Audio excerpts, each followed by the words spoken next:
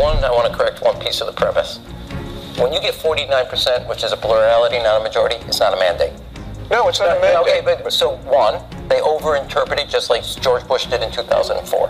And he said, I got a mandate, and he went to privatize Social Security, and he got smacked in 2006. Okay. They do not have a mandate. Who gives a fuck? He won the election. He won all 7 swing states. They are trying to believe something, and safe streets, strong schools, stable finances. Focus on those three things and your city's going to be fine. We've gone through 5 years where people became way too permissive of the culture. They were all, which is why everything's locked up at Walgreens and CVS, and that is a disaster. Yeah. And I'll say this about our schools. I don't want to hear another word about the locker room.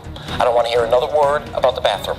You better start focusing on the classroom. Bill Maher just got completely shut down, and the crowd went wild. Moments like this are rare, but trust me, this one will go down as one of the most epic takedowns, right up there with Zelensky. Before we roll the clip, don't forget to like and subscribe. Recently, Maher sat down with Rahm Emanuel and Fareed Zakaria. And let's just say they didn't hold back. But before we get into how they completely dismantled Maher, let's take a look at their take on Trump. This is the kind of straight talk we've all been waiting for. What do you think about Trump's proposed $5 million gold card visa for wealthy foreigners? Is it smart economic move or a problematic policy? I guess I know what he's talking about. Trump wants to sell a visa. Do you get permanent residency? By the way, I looked this up, we are hardly the first country to do this. Doesn't mean it's the right thing to do. But, I remember... Yeah, we actually have a version of it. It's called, I think it's called the EB-5 or something like that. So it's fine to do it. I actually think, maybe it's because I'm, very patriotic. I think 5 million, we should be charging 20 million, or, American citizenship is worth more than that. It comes with Ukrainian minerals, though. But what I love about Trump is he said, you get the green card, but with this, the gold card, you get extra privileges. like what? You get to vote twice? It's amazing. Well, now you're speaking Chicago language. I'm for it, but it's part of a bigger package on immigration reform. It's been 42 years since the last one. So I'm not against it, but it's part of You a and whole I pack. both know it's rare to see this kind of energy on Bill Maher's show, but let's be real. This was not the reaction he was expecting. Rahm Emanuel and Fareed Zakaria absolutely nailed it. And the best part? They gave Bill a reality check he won't be forgetting anytime soon. What's going on in Chicago? Look, we were talking about this a little earlier. You have also the mayor of New York not doing well. Obviously, other things also here in Los Angeles not doing well, the mayor here. Look, and then you got mayors, like the mayor in San Francisco and other cities that are doing well. So I would say, look, there is a general rule. I had this when I was mayor. Safe streets, strong schools, stable finances.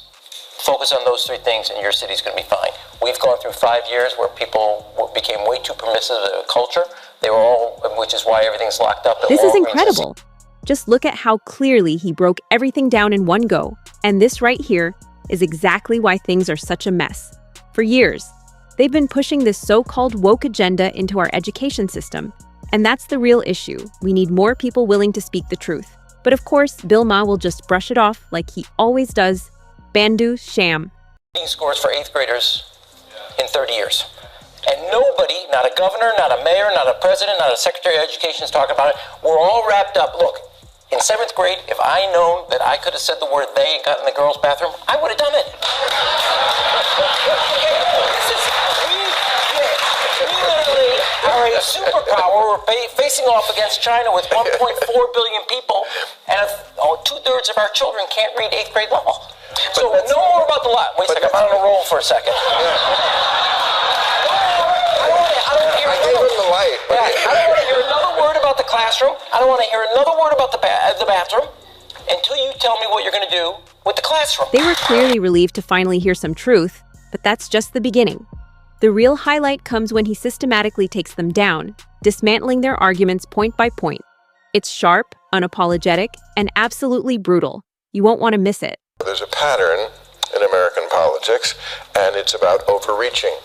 Whenever someone wins an election big time, and Trump kind of did, they overreach. And that seems to be what's going on. And I said, maybe the best thing the Democrats going to do is just be as lame as they are, and that strategy's working perfectly. No, well, And James Carville this week kind of one-upped it. He said, what the Democrats, I'm just asking, I'm not saying I necessarily agree with it, he said they need to just play dead, because this administration, only 5 weeks old, is making itself so unpopular that the worst thing anybody else can do is just get in the way. They're digging a hole, let them dig.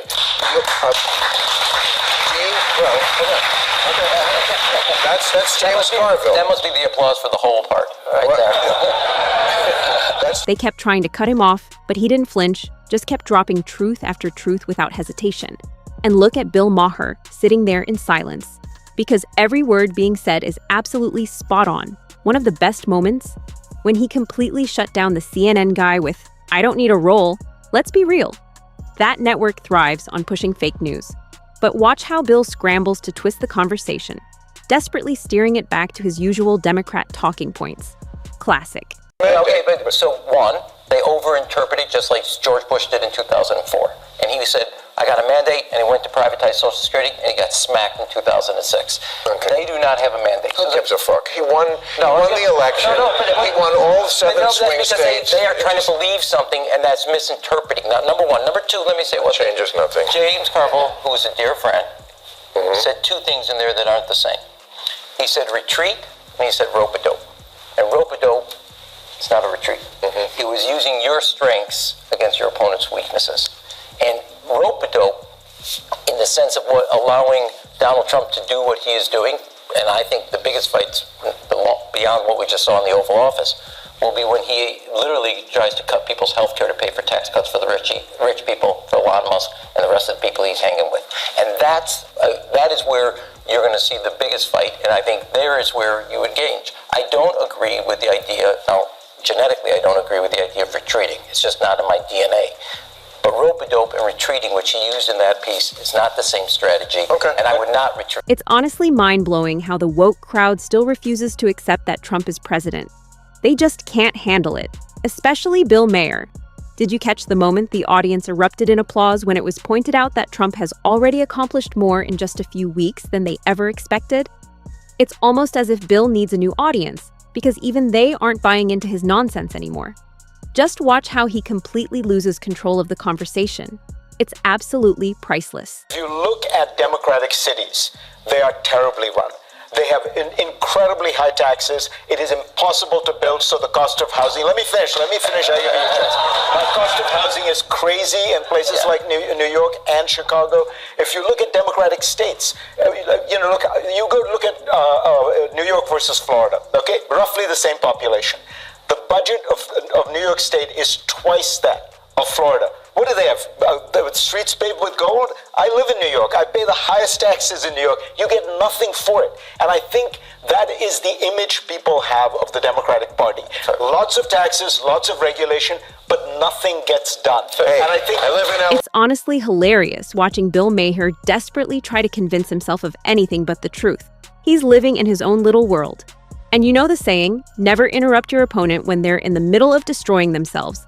Funny enough, it seems like the Democrats are unintentionally following that playbook. And in the end, it might just work in our favor. Before long, we could be living in a world where things are finally peaceful, without their constant nonsense getting in the way.